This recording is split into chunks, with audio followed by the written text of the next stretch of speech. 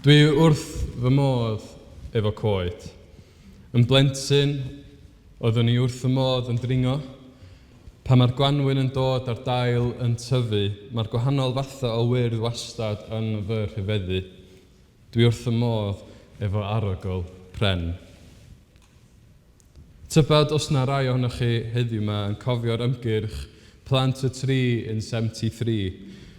Rhywle ar ochra rhwng Rhydymain a Llanuwchlyn, mae yna goedan blaenus i gyda fy ffrindiau o ysgol y Brythdir yn 1973, yn amlwg mam, diw hwnna. Mae'n goedan go fawr ebyn hyn, neu ella bod i wedi ei chynhafu. Pan anwyd Morgan fi, ein mab Ienga, roedd gan Gyngor Gwynedd gynllun ble roeddech yn cael coedan i'w phlannu i ddathlu'r enedigaeth. Mae'r goedan dderwen bellach yn goedan sylweddol yng Ngholeg y Bala. 2 flynedd yn ôl fe dorwyd coedan sicr Morwydden hynod o enwog i lawr yng ngogledd ddwyrain Lloegr. Mae'n siŵr bod chi'n cofio'r hanes. 2 jyst yn penderfynu i thorri am ddim rheswm amlwg. Roedd y goeden yn golygu llawer iawn i lawer iawn o bobl, am amryw o resymau personol, ac roedd tristwch garw o'i cholli. Ond ydy'r goeden ddim wedi marw'n llwyr, mae'r tyfiant wedi cychwyn o'i bôn. Ac mae HEDDIW wedi plannu i dyfu mwy o goed. Mae bywyd anhygoel mewn coedan, sicr Morwydden. Ond mae yna un goeden sydd yn rhoi bywyd. Ar ddechrau pennod 22 o ddatguddiad, cawn y geiriau bendigedig yma. Yna dangosodd yr angel i mi afon dŵr y bywyd, yn ddisglair fel grisial, yn llifo allan o orsedd Duw a'r oen ar hyd canol heol y ddinas. Ar ddwy lan yr afon o roedd pren y bywyd, yn dwyn 12 cnwd, gan roi pob cnwd yn ei fus, ac roedd dail y pren iachad y cenhedloedd. Pren y bywyd. Dyma'r ail waith i ni glywed am bren y bywyd yn y Beibl. Y tro cyntaf wrth gwrs oedd yng Ngardd Eden. Os oes yna rai ohonoch chi wedi dilyn cwrs y Beibl gan Cymdeithas y Beibl sydd wedi sgwennu ac sy'n cael ei gyflwyno gan Andrew Ollerton, myfyriwr blwyddyn gap cyntaf Coleg y Bala. Byddwch wedi dod o draws llinell amser o'r Beibl sydd wedi cael ei dylunio ar gyfer y cwrs. Mae'r llinell yma'n dangos pren y bywyd yn glir ar ei dechrau ac ar ei diwedd, ar ddechrau a'r diwedd y Beibl. Pan wytaodd Adda ac Efa o'r pren gwybodaeth da a drwg a thorri'r berthynas berffaith rhyngddynt a Duw, bu'n rhaid i troi allan o'r ardd. Roedd yn rhaid iddyn nhw adael, ia achos y felltith roedden nhw wedi dod arnyn nhw eu hunan, ond hefyd i'w diogelu nhw, rhag bwyta o bren y bywyd fyddai'n golygu bysyn nhw am byth yn byw yn eu pechoda. Collwyd paradwys. Ond roedd gan Dduw gynllun i adfer y paradwys yma. Fe rydym ni yn ei weld yn datguddiad, fe rydym yn clywed am bren y bywyd unwaith eto, a'i dail yn iachad i'r cenhedloedd. Roedd gan Dduw gynllun i adfer y berthynas yma rhyngom ni ac ef. Wrth deithio ar hyd y ffrynoedd Cymru, mae'n hawdd iawn gwybod ble mae'r afonydd a'r nensydd oherwydd efo coed yn tyfu ar ei glanna. A dweud y gwir, mae'n haws gweld y coed na'r afonydd weithiau. Mae'n braf iawn cael eistedd o dan y coed yn gwrando ar fwrlwm afon, ac efallai bod yna rywle yn arbennig yn dod i'ch meddwl chi wwan. Dyma'r darllen sydd dod i'm hen bod tro pan fyddai'n darllen y drydydd adnod yn Salm 1, a mae fel pren wedi blannu wrth ffrydiau dŵr ac yn rhoi ffrwyth yn ei dymor, a'r ddeilen heb fod yn gwyfo, beth bynnag aw na fel lwydda. Mae'n darlun o lwyddiant, o ffynnu, o iechyd, o fod yn gynhyrchiol. Ond pwy sydd fel y pren? Mae'r un sy'n gwrando ar gyngor bobl ddrwg wedi bendithio yn fawr. Yr un sydd ddim yn cadw cwmni pechaduriaid, nac yn eistedd gyda rhai sy'n gwneud dim byd ond i lorni pobl eraill. yr un sydd wrth i fod yn gwneud beth mae'r arglwydd eisiau, ac yn myfyrio ar y pethau mae'n ei dysgu ddydd a nos. Os feddyliwn ni am y coed wrth yr afon, mae wedi cymryd amser iddyn nhw wreiddio a thyfu. Bydden nhw un tro yn debycach i frigi'n bach eidl, ond erbyn hyn maen nhw'n goed sylweddol hardd. Mae meithrin yn cymryd amser. Mae preswylio yn rhywbeth cyson, ddim just dros dro. Rydyn ni angen treulio amser efo Duw yn gyson os ydyn ni am dyfu i fod yn debyg i'r goedan yn y sawn. Mae patrwm y cylchoedd mewn trawstoriad o goedan yn gallu dweud lot wrthyn ni am y goedan yma.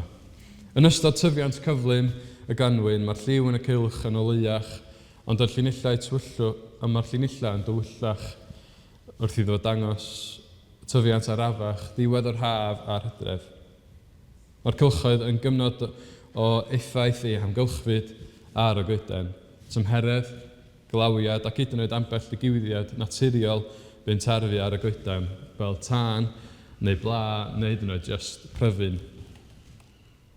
Mae'r cylchoedd yn fwy llydan mewn blwyddyn gynnas, gwlyb ac yn gilach mewn tymor oer a sych. Diddorol, de. Mae'n gwneud i ni feddwl am ein bywydau ysbrydol ni. Yr amser dydyn ni wedi dreulio yn gwreiddio a meithrin ein perthynas efo Duw, i fod yn debyg i'r un sy'n cael ei ddisgrifio yn y sawn. Os fysa gyda ni drawstoriad ysbrydol tebyg i'r pren yma, tybed sut fysa'r cylchoedd yn ymddangos. Ella fysa yna amball flwyddyn lle mae'r llinellau yn agos at ei gilydd oherwydd ein bod ni wedi oeri neu bod yna adag sych ysbrydol. Ac ambell flwyddyn lle mae'r cylchoedd yn llydan pryd y bu ni dyfu yn ein ffydd mewn cyfnod lle roedd ein calon yn gynnas ac yn profi cawodydd o fendith yr ysbryd glân. Drwy bob dim, bob sefyllfa, pob profiad melys a chwerw, pob afiechyd, pob llwyddiant, pob unigrwydd, pob llawenydd, pob ofn, pob buddigoliaeth, pob methiant, pob edirfarhad, mae Duw efo ni. Jehova Shama, sef mae'r arglwydd yn bresennol, mae Duw gyda ni. Mae ei lygaid tyner arno ni. A mae'n gwahodd i fewn i'w bresenoldeb ef. Mae Duw yn gwahodd i'r lle hwnnw lle gallwn ni ddod i nabod o'n well. Wrth i ni dderbyn i wahoddiad, da ni'n caniatáu i Dduw sgwennu i stori yn ein bywydau ni. O'n i sôn gyna am Sycamor Wydden, a fedra i'n peindio felly a sôn am Sycheis. Nath ringo y goedan Sycamor Wydden i allu gweld Iesu. Oedd ein ymdrech iddo fo, ac roedd o'n colli urddas wrth wneud y fath beth. Ond, fe lwyddodd Sycheis i weld Iesu o'i gyfan. Ac yn well byth, fe welodd Iesu Sycheis. A pan dreuliodd Sycheis amser yng nghwmni Iesu, cafodd ei draws newid, ac medda Iesu, daeth mab y dyn i geisio ac i achub y colledig yn Lug 19. Ac yn yr un benod o Lug, cawn hanes Iesu'n dod i mewn i Jerusalem ar gefn yr asyn ar ei ffordd at bren arall, pren garw, pren marwolaeth. Y pren hwnnw yng nghanol stori fawr y Beibl oedd yn golygu bod ni yn cael agoriad bellach at bren y bywyd. Oedd Iesu wedi dod i chwilio amdano ni. Medda Jeremia yn pennod 17. Ond mae yna fendith fawr i'r rhai sy'n trystio yno fi ac yn rhoi hyder yno fi. Byddwn nhw'n gry fel coedan wedi fflannu ar lan afon a'i gwreiddiau'n ymwthio i'r dŵr. Dydy'r gres crasboeth yn poeni dim arni, mae dail yn aros yn wyrdd. A does dim lle i boeni pan ddaw blwyddyn o sychder, bydd ei ffrwyth yn dal i dyfu arni. Dyma'r darlun da ni isio. Fel hyn, da ni eisiau bod. Da ni angen aros yn niw ac ymddiried yn niw. Aros yn Iesu, gwreiddio ynddo fo. Os nawn ni hynna yn ôl Jeremia, bydd patrwm ein cylchoedd tyfiant yn gyson. Bydd ein gwreiddio yn cyrraedd Iesu y dŵr bywiol. Bydd ein gwreiddio yn cyrraedd Iesu ffynhonnell bywyd. Ond da ni ddim yn derbyn yr holl fendithion yma mwyn yn hunan. Dydy'r eglwys ddim yn bodoli mwyn ei hun, ond mwyn yr rhai sydd y tu allan iddi. Pwrpas coedan ydy cynhyrchu ffrwyth fel bod mwy o goed yn tyfu. Bydd ei ffrwyth yn dal i dyfu arni, meddai Jeremia. A mae Iesu'n deud yn Iowan 15:5, fi ydy'r wynwydden, chi ydy'r canghena. Os gynewch chi aros yno fi a minnau yno chi, bydd digonedd o ffrwyth yn eich bywydau, ond allwch chi wneud dim ar wahân i mi. Fel unigolion ac fel eglwys, dewch i ni dreulio mwy amser efo Duw, mwy amser yn ei airo, mwy amser yn myfyrio ar ei airo, mwy amser yn galw ar Dduw mewn gweddi. Dewch i ni aros yn Iesu, fel ein bod yn rhoi lle i Iesu aros yno ni. Yna byddwn yn gweld digonodd o ffrwyth yn ein bywydau ac yn yr eglwys. Mae Iesu'n dweud yn glir, heb i ni wneud hynna, byddwn ni'n gallu gwneud dim. Nawn ni ymrwymo heddiw yn y gymanfa i wrando ar wahoddiad cynnas Iesu i aros yno fo, fel y byddwn ni'n gallu dod â gobaith yr Efengyl i'r cymdogaeth a'n gwlad. Yna bydd ffrwyth a byddwn nhw'n gweld beth mae Duw yn gallu i wneud, fel mae Eseia yn deud, olew llawenydd yn lle galar, mantell mawl yn lle ysbryd anobaith. Byddwn nhw'n cael ei galw yn goed hardd, wedi plannu gan yr arglwydd i arddangos ei ysblander. Ein gwaith ni fel coed wedi plannu gan yr arglwydd, fel eglwys Iesu Grist, ydy i arddangos ei ysblander. Mi fedrwn ni wneud hyn dim ond i ni wreiddio yn ddwfn yn yr arglwydd. Felly, gawn ni fod yn dawel am chydig, i feddwl am wreiddio yn Iesu, ac am dreulio amser yn ei gwmni yn meithrin ein perthynas efo fo. Fel unigolion, ie, ond hefyd fel cynulleidfaoedd yn ein capeli ac fel un eglwys.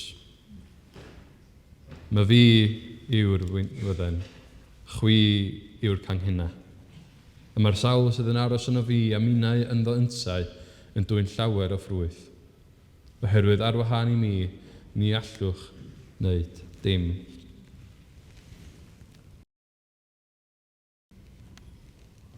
Be am ni weddio? Nefol dad, diolch i ti am dy air i ni bore yma eto. Diolch i ti fod y air yn fyw ac yn siarad efo ni. Diolch i ti fod y ddysgidiaeth yn berffaith ac yn rhoi bywyd newydd i ni. Fod y reola yn glir ac yn gwneud y person mwyaf cyffredin yn ddoeth. Bod y gyngor yn dangos beth sy'n iawn ac yn gwneud y galon yn llawen. Bod y arweiniad di arglwydd yn byr ac yn ein goleuo ni. Diolch i ti fod air yn datgelu dy ysblander di i ni ac yn agor y meddyliau. Dy roi ni gariad newydd am dy air, i'w ddarllen o a drysori fo ac i wrando ar yr hyn wyt ti'n ei ddeud wrthyn ni drwyddo fo. Dy roi ni hiraeth ddofn yn ein heneidia am fod yn dy gwmni ac am agosau atat. Helpa ni i fwrw gwreiddiau dyfnach yno ti. Gad i ni brofi dy bresenoldeb Jehova Siama, Duw yn bresennol, gyda ni tir Demaniol. Maddau ni fel unigolion ac fel eglwys ein bod wedi dy gymryd i'n ganiataol yn rhy hir. Maddau ni am yr amseroedd pan da ni wedi dieithro o ddiwrtho chdi. Arglwydd tirda ni'n ôl adfer ni o sgweli'n dda. Cyflwynwn ein eglwys i ti bore yma. Cyflwynwn y trafod a'r penderfyniadau gofynnwn am dy arweiniad di arglwydd a gwyleithra i wrando am yr arweiniad hwnnw. Diolch i ti am bawb sy'n gweithio mor galad yn y capeli ac y fewn yr eglwys, bendithia nhw ysgweli'n dda. Cyflwyn yn yr eglwys fi deiang i ti, diolch hwn am gwmni'n brodyr a'n chwiorydd o wledydd ar draws y byd efo ni wythnos yma. Yn arbennig bore yma, da ni'n cyflwyno i'n brodyr a'n chwiorydd yma ni pŵr i ti. Nid i fod yn agos atyn nhw ysgweli di'n dda. Cynnal nhw arglwydd dy obaith a goleini iddyn nhw. Helpa nhw i ddal yn dyn yn eich di, ac i aros yn dy gwmni. Ac o arglwydd wneud i ddod â heddwch a chymod yn Manipur, ysgweli'n dda. Clyw ein gweddi, yn enw Iesu Grist i'n harglwydd a'n gweredwr. Amen.